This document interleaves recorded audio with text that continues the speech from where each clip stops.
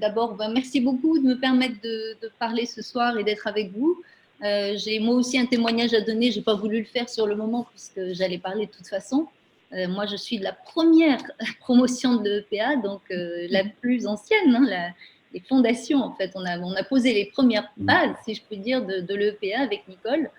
Et c'est vrai que ça a changé ma vie dans la mesure où j'ai changé de route, ça c'est clair. Ce que je ne savais pas que j'allais faire au départ. Je venais de Sciences Po, donc un univers assez classique. J'ai fait de la géopolitique dans une première partie de vie, puis j'ai fait aussi de l'économie internationale. Et puis je suis tombée malade, j'ai eu un cancer, et en fait, avec le EPA qui a correspondu à peu près à ces années-là dans ma vie, j'ai commencé un nouveau chemin, au départ par curiosité et seulement voilà, quelque chose qui me disait en moi que ça pouvait m'intéresser. Et puis petit à petit, ça a littéralement changé ma vie dans le sens où effectivement je suis devenue thérapeute. J'ai commencé ce chemin d'individuation propre à ce processus d'individuation que nous explique Jung, hein, et dans lequel on va de plus en plus vers soi-même et qu'on essaye de traverser un certain nombre d'éléments comme la confrontation avec son ombre, le fait de rééquilibrer son anima animus, la partie féminine et masculine de son être, le fait de sortir de la persona, le masque social dans lequel on peut vivre souvent, pour aller de plus en plus vers une forme d'unité intérieure. Et donc, en fait, moi, mon chemin m'a amené petit à petit, non seulement à pratiquer et à rencontrer évidemment beaucoup de personnes en reconversion ou des artistes, ou enfin, j'ai eu vraiment une clientèle assez variée. Et aussi, je me suis rendu compte petit à petit que les problématiques que je rencontrais sur un plan individuel, je les retrouvais sur un plan collectif. Je venais de la géopolitique et je me disais, c'est quand même étonnant de voir que, voilà, on est capable de voir d'analyser l'inconscient des individus, de comprendre du coup les ressorts secrets qui font que les choses fonctionnent d'une certaine façon ou dysfonctionnent dans leur vie. Et je me disais, on n'étudie jamais les peuples de la même façon dans leur ensemble. On les prend toujours comme des unités économiques et on ne fonctionne pas avec eux de la même façon qu'avec les individus, c'est-à-dire essayer de les comprendre dans leur spécificité, dans leur perception du monde, dans leur vision, dans leurs croyances aussi, mais aussi dans une chose qui, moi, est très importante pour moi, c'est leur âme, c'est-à-dire quelque chose qui les pousse à toujours évoluer et à aller vers plus d'unité, en tout cas plus d'harmonie, quelque chose qui les fait grandir à travers l'histoire. On a eu des moments comme ça, j'en parlerai tout à l'heure. Et donc, en fait, j'en suis venue à créer un groupe de réflexion là-dessus et de recherche avec Dominique Moisy, enfin Stéphane Rosès, un certain nombre de personnes, peu importe. Et on a créé vraiment une sorte de recherche au Collège des Bernardins sur mémoire, identité, imaginaire des peuples européens. Et c'est à la suite de cette recherche que j'ai commencé à vraiment dessiner mon propre chemin et puis donner des formations en la matière, parce qu'il m'est apparu que petit à petit, on continuait de, de, de voir dans le monde des choses qui vraiment apparaissaient très irrationnelles. Certains peuples, on voit des révoltes dans certains endroits, on voit la peur qui est omniprésente, la remontée de la colère aussi très fortement, on voit des gens qui prennent la tête de pays, on se demande un peu sur quoi on les a choisis.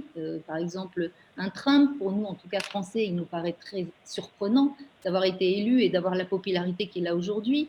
On ne comprend pas forcément non plus pourquoi il y a eu ce Brexit. Et bien sûr, il y a énormément d'analyses économiques, politiques, sociologiques, mais j'ai toujours eu le sentiment qu'il manquait un élément fondamental là-dessous, qui est ce que moi je considère comme l'inconscient collectif des peuples, c'est-à-dire à la fois cet inconscient collectif, je ne sais pas si vous savez ce que c'est, mais c'est ce côté universel qui est en nous tous et qui vient un peu de toute l'histoire de l'humanité, dans ces mythologies, dans ces mythes, dans sa rencontre spirituelle aussi, les dieux, les déesses, les esprits.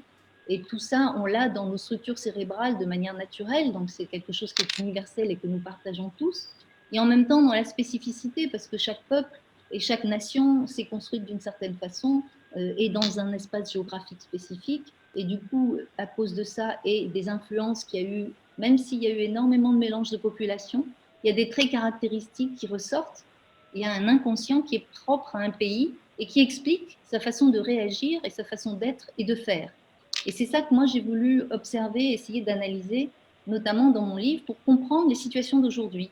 Parce qu'on est dans des situations qui deviennent un peu compliquées. On a l'impression que plus rien, on ne maîtrise plus rien. C'est devenu un peu compliqué d'envisager que, bah voilà, pourquoi tel pays réagit comme ça. On voit que les égos collectifs sont en train de remonter très fortement. Et mon analyse, c'était d'essayer de voilà, prendre les mêmes outils que ceux de la psychanalyse que j'utilise dans mon cabinet pour les utiliser pour les peuples. Donc, j'ai commencé à mettre en œuvre la grille freudienne du moi, du surmoi, du ça. Je ne sais pas si vous savez ce que c'est que le moi. Bon, très, très, très rapidement, c'est un peu le jeu, c'est l'identité, c'est ce qui fait le lien entre les contraintes, les limites qui viennent de notre éducation, donc du surmoi, et le ça, la partie pulsionnelle de notre être. Et en fait, le moi fait toujours l'équilibre entre les deux pour confronter la réalité et prendre les bonnes décisions au moment où il en est besoin. Et donc, j'ai pris cette grille-là. J'ai pris aussi en parallèle, évidemment, la grille de Jung, parce que ça, c'était très important pour moi, notamment la notion d'ombre, c'est-à-dire la partie cachée de nous qu'on n'a pas envie de voir et qu'on met sous le tapis, et qui me paraissait importante à prendre pour les peuples. Et puis, j'ai pris aussi la notion qui est pour moi fondamentale, c'est le soi. La soi, c'est-à-dire vraiment la partie universelle dont je parlais tout à l'heure et qui nous pousse à titre individuel à faire l'unité intérieure avec toutes ces parties de nous qu'on aime ou qu'on n'aime pas forcément, mais qui vont nous permettre de vraiment faire une cohésion en nous et donc d'être plus serein. Et donc, j'ai commencé à le faire sur qu'est-ce que ça veut dire concrètement et en quoi ça permet de comprendre les situations d'aujourd'hui. Si je prends quelques exemples, je vais être rapide parce qu'on n'a pas beaucoup de temps, mais si on essaye d'analyser l'âme de certains pays, par exemple la France. La France, pour moi, c'est vraiment le pays de l'abstraction, de la pensée, de la rationalité, du cartésianisme. On a les philosophes qui ont été très importants, les encyclopédistes, les Descartes. Enfin, c'est tout un monde de pensée qui est très structuré et dans lequel qui répond à une question importante parce que les peuples qui étaient en France étaient très très variés et pour essayer de faire une unité entre tous ces peuples, c'était dans le monde des idées qu'on arrivait à créer une cohésion. Et donc, pour le français, ce qui est important, la question importante, c'est le pourquoi. D'ailleurs, vous verrez, c'est sans cesse dans les cafés partout, c'est le pourquoi qui revient. On pose des questions et on dit, mais pourquoi est-ce que le gouvernement a fait ci? Pourquoi il y a eu ceci, cela? Bon, ça, c'est une façon de l'envisager. Le moi, du coup, de la France, pour moi, est un peu en ce moment fragilisé, parce qu'on le voit bien, il y a une partie qui est toujours très solide dans son identité, et l'identité d'un pays, et c'est fondamental, parce que c'est ce qui permet de donner ses caractéristiques à l'intérieur du pays, mais les caractéristiques que les autres pays nous donnent. Et donc le moi du peuple, son identité, celui de la France, par exemple, il est un peu fragile en ce moment. Il a été un peu secoué, on l'a bien vu avec la crise des Gilets jaunes, puis la crise du coronavirus, puis les mémoires qui sont remontées très fortement dans notre pays et qui font qu'au fur et à mesure du temps, on est arrivé à une situation un peu de fragmentation de la population, me semble-t-il. Donc un moi qui s'est un peu morcelé. Ce que je peux dire aussi, c'est que quand on reçoit des patients, on sait que l'équilibre d'une personne vient aussi du fait que le surmoi n'est pas trop fort. Donc la partie des contraintes, des limites qu'on nous impose, ça c'est pour l'individu. Pour les peuples, ça correspond à tout ce qu'on considère comme, pour moi, les structures étatiques. Tout ce qui vient, en fait, donner à la fois un côté nourricier et protecteur. L'État, il nourrit et il protège, mais en même temps, il met des limites, il met des contraintes. Si le surmoi est trop fort par rapport au moi, il écrase un peu l'individu et il va se dévaloriser. Et en l'occurrence, chez nous, le surmoi, il est très fort. Il est né après la Deuxième Guerre mondiale, comme dans beaucoup d'autres pays, mais il est très protecteur, ce qui est une bonne chose dans l'absolu. Mais à force d'étendre son pouvoir, il devient tout puissant. Et comme toujours en thérapie, on comprend ça très bien, la toute-puissance, il y a les deux facettes qui vont ensemble, toute-puissance, impuissance. Et donc, on tombe dans l'impuissance à ce moment-là. Et donc, la France, en fait, dans la matière, il y a quelque chose qui écrase son identité et qui fait qu'on est maintenant beaucoup dans le questionnement.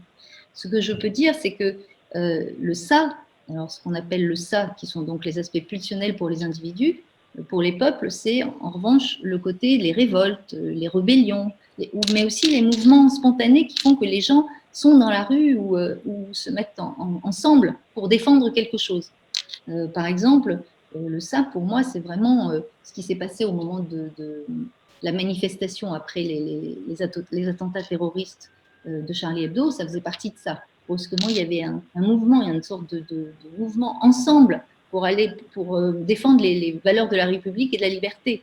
Et la liberté d'expression qui est une valeur française.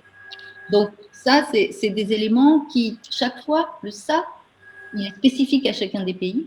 Il va se mettre en mouvement, si je puis dire, sur quelque chose qui est vraiment une valeur fondamentale pour le pays. Pour nous, la valeur fondamentale, c'est l'égalité. Quand on touche l'égalité, les gens sont dans la rue. Donc le ça se mobilise. Les mémoires, on n'en a pas parlé tout à l'heure, mais on sait bien que dans tout ce qui est de l'ordre des thérapies, c'est fondamental de voir le passé des gens, de se rendre compte de ce qu'ils ont, les expériences qu'ils ont vécues pour qu'ils puissent se les réapproprier et vivre de façon plus positive leur passé. Pour les peuples, c'est la même chose.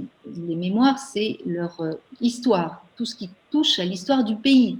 Si on ne sait pas réapproprier ces mémoires, de la même façon, on va buter dessus sur un plan national et international, parce que dans les instances internationales, elles vont réapparaître d'une façon ou d'une autre comme des traumatismes qui n'ont pas été résolus, et du coup, eh ben, ils vont polluer le présent et le futur. Et dans les instances internationales, moi qui ai beaucoup été dans ces instances-là, on se rend compte que c'est sans arrêt que le passé revient dans le présent des situations, et qu'on ne règle pas du coup le présent, mais on parle tout le temps du passé. C'était quelque chose qui me frappait. Et donc, si on reprend l'analyse de la France aujourd'hui, elle ne s'est pas réappropriée ses mémoires, et notamment toutes celles qui touchent à l'Ancien Régime, à la Révolution française, la colonisation, la décolonisation. Et là, il y a beaucoup de choses en la matière qui n'ont pas été revues. Par exemple, si je me rappelle de Marcel Gauchet qu'on avait fait venir dans le cadre de mon groupe, et qui disait que l'arrogance française, pour lui, qu'on nous reproche beaucoup, ça fait partie de notre ombre, elle viendrait de l'Ancien Régime, parce qu'on a à la fois un côté patriarcal et une distance par rapport au peuple qu'on considère comme n'étant pas tout à fait, qui ne sait pas et qui ne comprend pas. Donc il y a une espèce de distance qu'on observe beaucoup à l'heure actuelle entre Macron et le peuple. Parce qu'on a une caractéristique en France, c'est qu'on a tendance à entrer dans ce qu'on appelle le triangle de Kargman, c'est-à-dire on cherche un sauveur, on cherche un président sauveur qui va nous apporter vraiment tout ce dont on a besoin pour être heureux. Puis très vite, on va tomber dans le persécuteur parce qu'il ne fait pas ce qu'on lui demande, et dans la victime. Enfin, on tombe d'abord dans la victime, et parce qu'il ne fait pas ce qu'on lui demande et que finalement tout ce qu'il est en train de mettre en œuvre ne nous plaît pas, on tombe dans le persécuteur. Et on rentre dans ce système qui n'est pas forcément très positif à long terme pour que le pays se sente bien et en accord avec lui-même. Si je reprends les autres caractéristiques de la France, hein, si je les prends à travers ma grille d'analyse, le soi de la France, la partie la plus belle, la qualité, la résilience, ce qui fait qu'on grandit ou qu'on va un peu de l'avant, pour moi, ce serait vraiment tout ce qui touche à l'universalisme. On est un pays qui a beaucoup mis en avant l'universalisme, c'est une valeur fondamentale pour nous. On l'a toujours montré à travers l'histoire, ça vient du siècle des Lumières, ça vient de la Déclaration des droits de l'homme, ça en faisait partie bien entendu, et encore aujourd'hui, on est dans cette logique, et l'Europe pour nous, en projeté sur nous cet universalisme, dans le sens où l'Europe c'était un peu la France en grand pour nous pendant pas mal d'années, et c'était notre façon de rester un grand pays en fait. Et en fait, au fur et à mesure du temps, ce dont on se rend compte, c'est que toute cette façon de fonctionner qui nous est propre, si on ne l'entend pas ou si en face on n'en prend pas vraiment la mesure, à un moment donné ça va dysfonctionner parce que ce sont des perceptions, ce sont des croyances. Là je suis évidemment je raccourcis beaucoup par rapport à tout ce que je dis dans le livre, mais à un moment donné on n'est plus dans ce qui permet au peuple d'avoir vraiment un impact et de se sentir bien, parce qu'on entre dans un dysfonctionnement qui est la remise en question. On en parlera tout à l'heure. En fait, ce que j'essaye de montrer, c'est que chaque peuple a ainsi des ressorts. Donc nous, ça va être la liberté, qui est vraiment, l'égalité, qui est vraiment quelque chose qui est important. Chaque fois qu'on touche l'égalité, regardez les gilets jaunes, pof, on est dans la rue, c'est radical. Les Anglais, ça va être, eux, la liberté, parce que pour eux, c'est vraiment quelque chose d'essentiel. Ça vient de la Magna Carta, de quelque chose qui a été mis en place au XIIIe siècle. Si on touche ça, ils sont dans la rue. De la même façon, du coup, ça explique ce qui se passe sur un plan du Brexit, parce que quand on touche la liberté pour les Anglais et la non-ingérence, pour eux, c'est fondamental. Ils ont été toujours maîtres de leur destin. Brusquement, là, on leur demande de prendre avec l'Europe des décisions. Bah, d'abord, ils ont l'impression de ne plus être en maîtrise de leur destin. Et en plus, on leur impose des règles, on leur impose des migrants. Ça touche leur liberté. Et là, leur ça ressort et ils se révoltent et ça amène le Brexit. L'Allemagne, ça va être leur façon de fonctionner, ça va être sur l'ordre. Quand on touche l'ordre, le ça, hop, va sortir de la boîte. Mais en tout cas, chaque pays a ainsi des modes de fonctionnement, des façons d'être, de percevoir le monde, des croyances qui lui sont propres. Et quand on se rend compte que la France, sa question, c'est le pourquoi. L'Angleterre, c'est le combien. Ça, c'est très important pour les Anglais, c'est combien ça va me coûter, combien ça va me rapporter. Les Allemands, c'est le comment. Si on ne tient pas compte de ces spécificités et de ces modes de fonctionnement, de ce que moi j'appelle l'âme des peuples, eh bien, à ce moment-là, il y a des dysfonctionnements qui commencent à se mettre en place. Or, et c'est mon constat, la mondialisation et le système international a nié cette spécificité pendant très longtemps. La mondialisation, elle a balayé un peu les identités des peuples et elle a fait en sorte que tout le monde, enfin, quelque part, est devenu un peu, enfin, s'est mélangé dans une interaction qui, à un moment donné, fait qu'ils se sont perdus, les peuples. Et ils se sont perdus aussi parce que dans le mode de fonctionnement du FMI, donc du Fonds monétaire international, de la Banque mondiale, de l'Union européenne, on a eu le sentiment petit à petit qu'on avait des surmois qui imposaient des règles de fonctionnement identiques pour tous, mais qui ne tenaient pas compte de cette spécificité. Donc à un moment donné, ça ne fonctionne pas non plus. Et du coup, qu'est-ce qui se passe? Quand on impose le même mode de fonctionnement et qu'on a le sentiment que tout le monde doit fonctionner de la même façon, eh bien, à un moment donné, les pays se replient sur eux-mêmes parce qu'ils ne savent plus qui ils sont. Ils se sentent balayés par tout ce qui se passe. Ils ont l'impression d'être niés dans leur spécificité. Et donc, ils vont revenir à eux pour retrouver un peu qui ils sont. Et c'est ce qu'on observe en ce moment. Tout ce repli des peuples sur eux-mêmes, avec des réactions très fortes. Hein. On l'a vu pour le Brexit, évidemment étant la plus forte. Mais on le voit bien pour la Hongrie, on le voit pour la Pologne, on le voit pour même des pays comme les États-Unis, on le voit pour la Chine, évidemment. Alors ça, c'est dans une autre optique. Mais en tout cas, il y a une espèce de repli des peuples sur eux-mêmes pour se retrouver et avoir l'impression qu'ils existent à nouveau. Un des exemples frappants, c'est la crise des migrants. Qu'est-ce qui s'est passé au moment de la crise des migrants? Je ne sais pas si vous en avez un petit peu entendu parler ou si vous avez lu des choses là-dessus.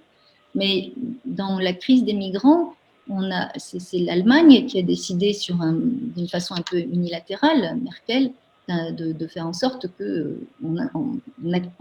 accueille des migrants. Et elle a commencé à le faire, elle. Il y a eu 1 million de migrants qui sont entrés en Allemagne, ce qui n'est pas rien. Et puis, petit à petit, elle a imposé ça au reste de l'Europe. Et donc, sans tenir compte de ce que ça pouvait vouloir dire pour les différents pays et les différents peuples. L'Allemagne, elle l'a fait parce qu'elle a une culpabilité forte qui lui vient de son histoire nazie, notamment la Shoah. Cette culpabilité, elle se retrouve dans les situations d'aujourd'hui, dans beaucoup d'éléments, et notamment dans cette capacité qu'elle a eue de vouloir accueillir des migrants, ce qui était quelque chose d'important pour elle, parce que c'était une façon de montrer son bon vouloir. On l'a fait d'avancer un petit peu différemment de ce qu'elle avait fait jusque-là dans l'histoire. Or, qu'est-ce qui se passe? On touche, comme j'ai dit, à la liberté pour la Grande-Bretagne, donc elle s'en va, Brexit.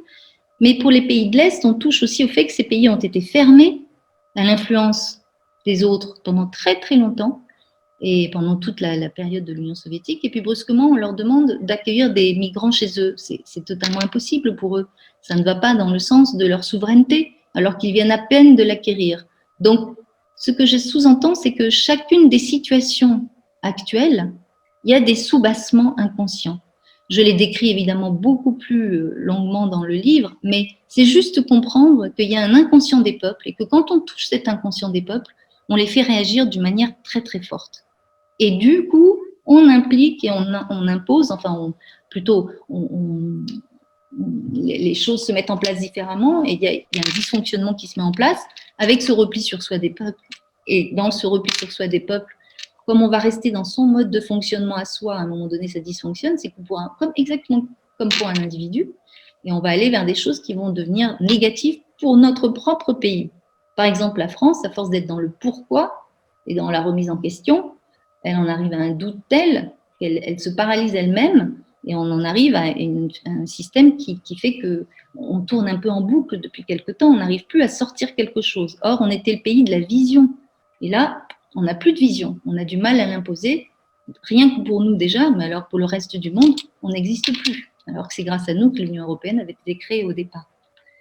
L'Angleterre, à force d'être dans son mode de fonctionnement qui est le combien ça me coûte, combien ça me rapporte, elle était entrée dans l'Union européenne pour avoir un pied dedans, un pied dehors, comme toujours, pour savoir qu'est-ce qu'elle va en retirer. Tant qu'elle ne pouvait pas en retirer quelque chose, elle n'y était pas. Et puis quand elle a vu qu'elle ne pouvait pas ne pas y être, parce que sinon elle allait être exclue et avoir des conséquences ça fait du bruit. Elle est revenue, elle a voulu sortir de l'Europe. Or, aujourd'hui, qu'est-ce qui se passe?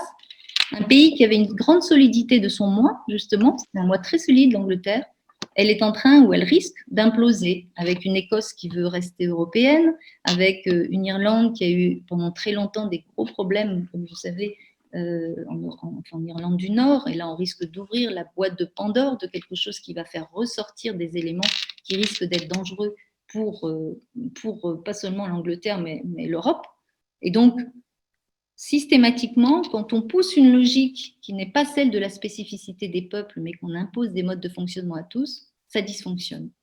Qu'est-ce qui se passe aussi sur le plan, du coup, à l'international? Si on sort de l'Europe, qu'est-ce qui se passe? Aujourd'hui, qu'est-ce qu'on observe? Il y a une quête d'un sauveur, l'homme providentiel qui va régler toutes les situations, qui va aller de l'avant sur des choses qui va défendre les peuples et qui va surtout restaurer la fierté des peuples. Et là aussi, c'est une quête d'identité. Et pour les mêmes raisons que précédemment, sauf que ça s'exprime différemment. Et la façon dont ça va s'exprimer mais est toujours liée à l'inconscient collectif du pays. Par exemple, la Russie, qu'est-ce qui s'est passé et pourquoi on en est arrivé à avoir un Poutine qui est aussi agressif et aussi hégémonique? On touche quelque chose de fondamental chez les Russes, qui est la notion de frontière. La Russie a toujours été un pays qui a été énormément envahi et dans lequel il n'y a pas de frontières naturelles. Ce sont des plaines qui succèdent à des plaines. Alors certes, ce n'est pas très agréable parce que c'est un pays très froid dans certains endroits et difficile d'accès, mais il y a quelque chose de... Il n'y a pas de frontières naturelles avec des montagnes. Or, ces invasions permanentes ont créé chez les Russes un besoin de sécurité et de protection qui vient de leurs États tampons. Leurs États tampons étant tous les États baltes. Ça a toujours été dans l'histoire de la Russie, les États baltes, c'était vraiment quelque chose de très important. Or, qu'est-ce qui se passe? À un moment donné, là aussi, vis-à-vis de la Russie, on fait des erreurs. C'est-à-dire qu'au moment où l'Europe de l'Est va entrer dans l'Europe, ou en tout cas, on commence à faire des pourparlers pour qu'elle rentre en Europe, on va déjà commencer à poser, l'OTAN va commencer à vouloir prendre des contacts avec la Pologne, avec un certain nombre d'autres pays de l'Est, pour installer des bases et pour essayer d'avoir des éléments, avoir un partenariat avec eux sur un plan militaire. Déjà, la Russie, ça c'est quelque chose qui est insupportable pour elle, parce que là, les Américains qui viennent si près d'eux, alors que c'est leur territoire pour eux, c'est une extension de leur territoire, c'est un moyen surtout d'avoir une frontière qui les protège. Donc déjà, première chose qui les gêne. Deuxième chose, Ashton commence à faire des conversations et pour parler très fort, pour inclure en coopération économique l'Ukraine. Alors là, c'est quelque chose qui est impossible pour la Russie.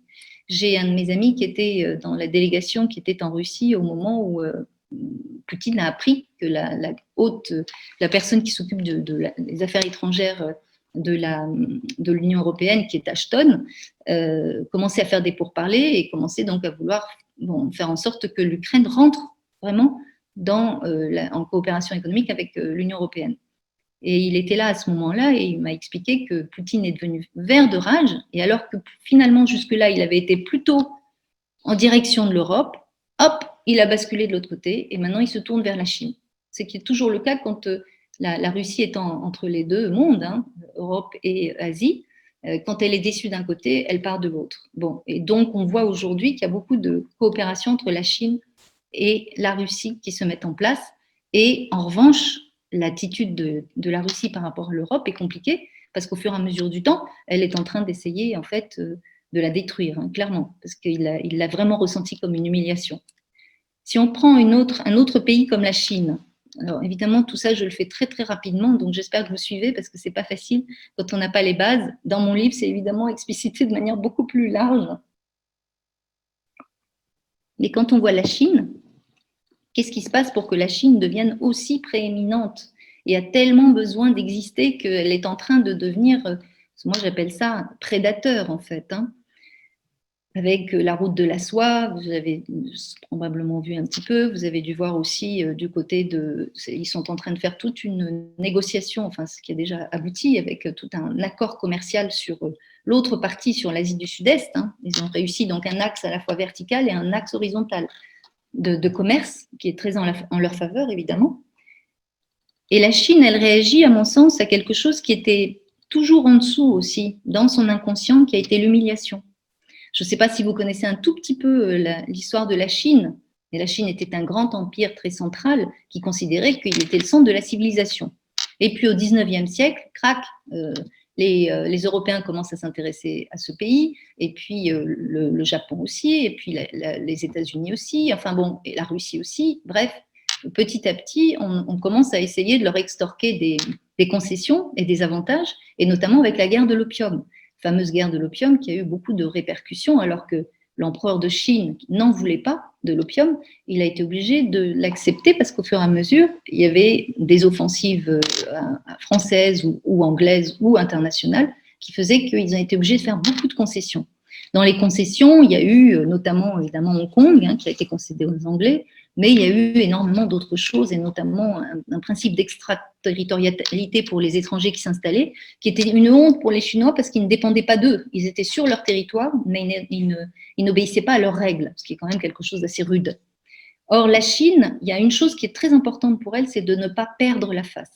Or là, elle l'a perdue, mais complètement, la pauvre, hein, parce que les traités inégaux se sont succédés indéfiniment pendant un certain nombre d'années. Et pour vous dire à quel point ce genre de sujet reste virulent et important dans les histoires des pays, c'est que Xi Jinping a décrété un jour d'humiliation nationale, avec montée de drapeau, pour bien marquer combien ça avait été important dans leur histoire. Et c'est à partir de ça que quelque part, en appuyant là-dessus, et parce que lui-même a subi l'humiliation de sa propre histoire personnelle, qu'on va aller vers quelque chose qui, au fur et à mesure du temps, va être un moyen de se venger, de retrouver un ego plus fort, de retrouver un pays qui retrouve sa fierté. Et d'où toutes ces phases dans lesquelles, à la fois les mémoires d'humiliation et la perte de la face fait que Xi Jinping s'est lancé dans le rêve chinois. Je ne sais pas si vous avez entendu parler de ça, mais le rêve chinois, c'est un énorme... en fait, c'est une façon pour lui d'essayer de contrecarrer l'influence occidentale et de faire en sorte de prendre le lead sur le plan international à la place de l'Occident qui est en train de perdre pied en la matière. Je ne suis pas en train de porter de jugement, c'est bien, c'est mal. J'explique juste ce qui se passe et les conséquences que ça peut avoir. Donc là, en humiliant la Chine, et on le voit à travers l'histoire, chaque fois qu'on a humilié des pays, ça a été systématiquement une résurgence des qui ont fait qu'on est reparti dans des luttes et on est reparti dans des conflits et des besoins de vengeance et on réenclenche les mêmes cycles indéfiniment à travers l'histoire. Et donc moi, ce que j'essaye de faire comprendre, c'est que quand on essaye, on ne peut pas envisager les relations internationales sans essayer de comprendre ce mode de fonctionnement des peuples, de leurs ressorts principaux et de ce qui fait qu'ils réagissent comme ils réagissent dans les relations internationales. Et donc, imposer des choses à tout le monde, ça ne marche pas. Faire en sorte que dans des situations, on humilie ou on crée des situations trop déséquilibrées, ça ne marche pas. Il y a une autre chose dans les réactions internationales dont je parlais tout à l'heure, dans la quête d'un sauveur, la Turquie, évidemment, en ce moment, le moins qu'on puisse dire, c'est qu'elle est au premier plan. elle a aussi été humiliée de façon horrible pendant la Deuxième Guerre mondiale et après. Elle a perdu je ne sais plus combien de milliers de kilomètres carrés, et on l'a amputée de son territoire de manière énorme. Et pour continuer d'exister, ça a été vraiment une lutte. Et aujourd'hui, qu'est-ce que veut Erdogan et qu'est-ce qu'il essaye de faire? C'est de revenir dans les pantoufles, si je puis dire, du sultan, c'est-à-dire qu'il reprend exactement les mêmes modes de fonctionnement et la même façon de faire, où il veut être le commandeur des croyants. En même temps, il est celui qui donc défend le monde musulman, qui en prend la tête. Mais on a une responsabilité là-dessus, c'est qu'en tant qu'Européens, à un moment donné, ils étaient plutôt aussi côté Europe. Je ne veux pas dire que ça n'est que ça, mais c'est un des éléments. Et puis à un moment donné, on leur a fermé la porte au nez en disant non, la Turquie ne rentrera pas dans l'Europe. Au lieu de dire depuis le début, on les a laissés entendre que c'était possible. Et à un moment donné, on ferme la porte. Nouvelle humiliation. Et là, Erdogan s'est beaucoup radicalisé. Je ne dis pas qu'il n'était pas radical au départ, mais ça a beaucoup influencé le système. Donc voilà, ce que j'essaye de faire comprendre, c'est qu'il y a des ressorts qui sous-tendent les réactions des peuples. Et en ce moment, on voit bien que ces réactions sont extrêmement fortes et puissantes, et que les peuples, ayant peur de ce qui se passe aujourd'hui, parce qu'il y a des mouvements comment dire, de révolution technologique très forte, et ils n'ont plus le sentiment de maîtriser leur destin, d'autant plus que la mondialisation a balayé leurs identités, et à un moment donné, ils ne savent plus où ils en sont, et donc ils ont cette quête pour essayer de se retrouver, de revenir dans un passé qui était le moment où ils avaient une grandeur et une force. D'où le recours à des hommes providentiels pour les uns, d'où le recours à l'isolationnisme pour d'autres, comme le Brexit pour les Anglais ou les États-Unis avec la nomination d'un Trump. Et donc, chacun va réagir en fonction de cet inconscient collectif. Et les dirigeants providentiels vont évidemment incarner cet inconscient collectif et vont appuyer sur ces éléments-là pour que le consensus se fasse autour d'eux. J'en parle aussi de l'Inde, je parle aussi de beaucoup d'autres qui ont la même façon de fonctionner pour des raisons différentes, mais toujours ça va toucher un élément de leur inconscient collectif qui les fait réagir et qui fait que voilà, ils vont choisir cet homme-là plutôt qu'un autre. D'où l'élection d'un Trump qui peut nous paraître un peu original et bizarre, ou qui a pu l'être. Bon, heureusement, il est plus là, enfin, plus président en tout cas. Mais en fait, il incarnait très profondément des parties de l'inconscient collectif que je décris dans mon livre sur les États-Unis, que je ne vais pas développer là parce qu'il est déjà un peu tard. Mais voilà, ce que je veux dire par là, c'est que c'est jamais un hasard. Les dirigeants un peu bizarres ou qui peuvent nous sembler bizarres, c'est jamais un hasard s'ils arrivent au pouvoir. De la même façon, un peuple, il a pas seulement des éléments économiques, il a aussi un mode de fonctionnement, il a aussi des règles, des croyances, une perception du monde qui lui est propre. Et c'est très important d'en tenir compte. Parce que sinon, on tombe dans des relations internationales comme aujourd'hui, qui sont caractérisées par un accroissement des rapports de force et la montée des égos collectifs. On le voit partout, c'est impressionnant. Regardez la Chine en ce moment, qui est aussi en train de racheter des terres dans le monde entier. Il y a 1 million de Chinois qui sont installés maintenant en Afrique, pardon.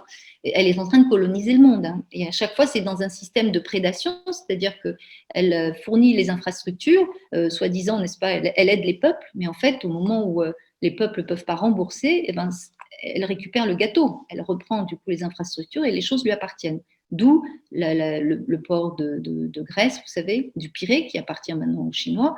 Et il y en a énormément. Je ne vais pas tous vous les citer, mais il y en a énormément. Donc voilà, j'essaye de faire comprendre ce qui est à l'œuvre et qui sous-tend les relations internationales. Parce que du coup, la Russie est devenue le manipulateur. Elle est devenue un pays qui essaye de déstabiliser sans cesse avec des fake news, avec des financements de partis d'extrême droite. Et systématiquement, elle a un pouvoir de nuisance qui est très fort. Les États-Unis, eux, ils sont dans une logique qui est l'autre est le méchant. C'était le cas en tout cas avec Trump. Ça va peut-être changer avec Biden, mais pour le moment, on était là-dedans. La Chine, on était dans le prédateur, c'est ce que je disais tout à l'heure.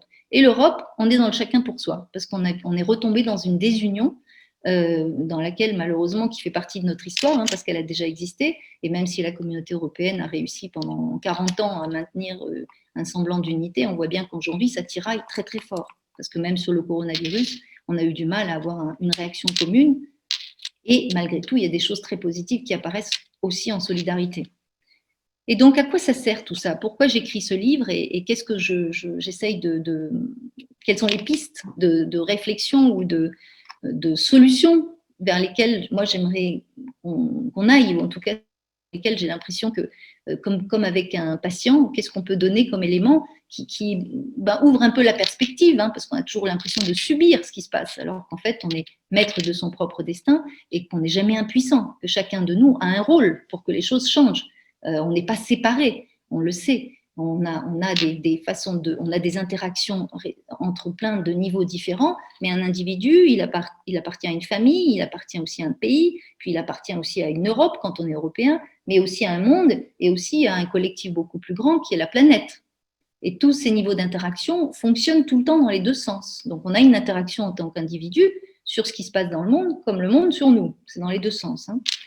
Et donc, moi, mon analyse, c'est qu'aujourd'hui, on est en présence vraiment d'un grand changement et qu'on a deux mondes qui se chevauchent, enfin, en tout cas, qui sont en train de s'affronter n'est pas le terme, mais en tout cas, ils existent tous les deux, mais il y en a un qui est l'ancien monde, qu'on connaît bien, qui vient du système international qui a été créé au moment après la Deuxième Guerre mondiale, et dans lequel il y a des institutions précises comme le FMI, la Banque mondiale, l'OMC et ainsi de suite, qui sont beaucoup remises en question en ce moment. Les démocraties le sont également. Ça, c'était l'ancien système, avec tout ce que ça implique comme rigidité aujourd'hui, parce qu'il a vieilli forcément, et qu'il est peut-être plus complètement à jour avec ce dont on a besoin aujourd'hui et ce dont on a envie en tant que peuple et en tant qu'être aussi. Et puis un nouveau qui est en gestation. Et ce nouveau en gestation, on le voit beaucoup à l'œuvre. Et moi, pour moi, c'est le soi, parce qu'on parle d'irrationnel de manière négative, mais on peut parler aussi d'irrationnel de manière positive, dans le sens d'une transcendance qui nous amène aussi quelque part. Et dans ce soi qui nous amène, on voit bien qu'il y a eu énormément de mouvements à travers le monde, au Mexique, au Liban, en Iran, en Irak, il y en a eu aussi au Mexique, il y en a eu au Venezuela, enfin c'est impressionnant si vous regardez, Hong Kong bien entendu. Chaque fois, ces mouvements en Algérie aussi, ces mouvements ont été intéressants parce que c'était des mouvements pacifiques au départ. C'était des mouvements dans lesquels les populations étaient dans la rue. D'abord, les femmes, pour la première fois, avaient un rôle de premier plan, ce qui n'a pas été souvent le cas dans l'histoire. Et d'autre part, c'était calme, c'était pacifique. Ils ne cherchaient pas l'agression, mais ils cherchaient en revanche à faire bouger les choses. Et faire bouger les choses dans plusieurs directions, diminuer les disparités de richesse et faire en sorte que le monde soit un peu plus juste, augmenter la solidarité et la fraternité, et puis faire en sorte aussi qu'on soit plus conscient de l'environnement et de notre lien à la nature, qu'on a beaucoup perdu dans notre monde d'aujourd'hui, comme le lien à nous-mêmes et le lien à la vie. Et donc, pour moi, pour passer de l'un à l'autre, on va être obligé d'avoir tous un rôle en la matière, parce qu'on ne peut pas aller comme ça dans le nouveau de manière facile. D'ailleurs, on voit bien que ça suscite des peurs épouvantables de la part des peuples et des colères, parce qu'après, ces mouvements, une fois qu'ils commencent à essayer d'entraîner quelque chose de nouveau, on leur écrase la tête. Ils ont du mal à émerger parce qu'en plus, ils sont peut-être en gestation, mais il n'y a pas encore vraiment de courant ou de leaders ou de gens qui arrivent à prendre les choses en main pour aller vers quelque chose de nouveau. Et donc, pour passer de l'un à l'autre, il y a un élément pour moi qui me paraît vraiment essentiel, c'est de lâcher le passé. Parce que quand on est dans ce passé, le peu que je vous ai décrit au fur et à mesure de ce que j'ai essayé de vous présenter, on voit bien que le passé, c'est ce vers quoi on revient quand on a peur de ce qui est en train de se passer, donc du présent. Quand on a peur du présent et encore plus du futur, on revient dans le passé et on essaye de trouver un confort là parce qu'au moins on sait ce qu'on avait sous les pieds. Et donc c'était rassurant. D'où le recours aux hommes providentiels, d'où le recours à l'isolationnisme, d'où le recours au chacun pour soi pour les peuples européens. C'est quelque chose qu'on connaît, dans lequel on est bien. Sauf que c'est un faux confort parce qu'on ne peut pas vivre dans le passé, on ne peut pas rester dans des situations qui sont d'avant, qui sont plus adaptées à ce vers quoi on va. Et je pense que le nouveau monde qui est en train d'émerger, il a vraiment besoin qu'on aille dans sa direction parce qu'on est sinon complètement entre deux chaises et ça bascule pas. Et donc, pour moi, pour passer de l'un à l'autre, à part faire ce travail sur ces mémoires, donc savoir de quoi on est porteur en tant que peuple, savoir quel est cet inconscient collectif que je décris de manière beaucoup, évidemment, plus détaillée dans mon livre, c'est déjà quelque chose d'important parce qu'on ne le subit plus. On sait de quoi il retourne sur le plan du pays. C'est déjà énorme. Et on peut voir du coup quelles sont les zones d'ombre sur lesquelles on a tous une influence, et à titre individuel et à titre collectif, pour pouvoir travailler dessus. Mais la deuxième chose, c'est que pour moi, on doit tenir compte de la spécificité des peuples. On ne peut pas faire autrement dans les relations internationales, ce qu'on fait rarement. Et pour ça, c'est évidemment écouter et entendre leurs besoins. Là, il y a un certain nombre de besoins qui sont celui notamment de sécurité. Si on reprend les grilles d'analyse du cerveau, le reptilien, et on est beaucoup dans le reptilien dans la plupart des pays du monde, le reptilien étant la survie, on n'a pas de quoi se nourrir, on n'a pas de quoi vraiment avoir une vie convenable, et donc la survie est très très importante aujourd'hui, donc la sécurité est essentielle, mais il y a aussi l'écoute et la reconnaissance, et on voit bien que dans nos institutions en général, on a du mal à écouter et à entendre les peuples, et notamment dans cette spécificité que je développe tout au long de mon livre. Et puis la créativité, parce qu'en ce moment, les sociétés civiles sont en train de vraiment développer des nouvelles idées, des nouvelles façons de fonctionner. Et aujourd'hui, on ne les entend pas forcément, ou si on les entend, c'est au niveau très, très local, mais ce n'est pas forcément à un niveau plus global. Et je pense que ça, c'est quelque chose dont on doit tenir compte, parce que pour moi, pour arriver à avoir une unité, un semblant d'unité en tout cas, on a l'unité, je ne sais pas si elle existe sur un plan international, mais en tout cas qu'il y ait plus de paix. On a besoin d'entendre à la fois la spécificité des peuples, mais les peuples le besoin ou le devoir d'entendre qu'ils ne sont pas seuls et que quand on pense qu'on est seul et qu'on n'a pas d'interaction avec les autres, on se replie sur soi, on va de toute façon dysfonctionner à un moment donné.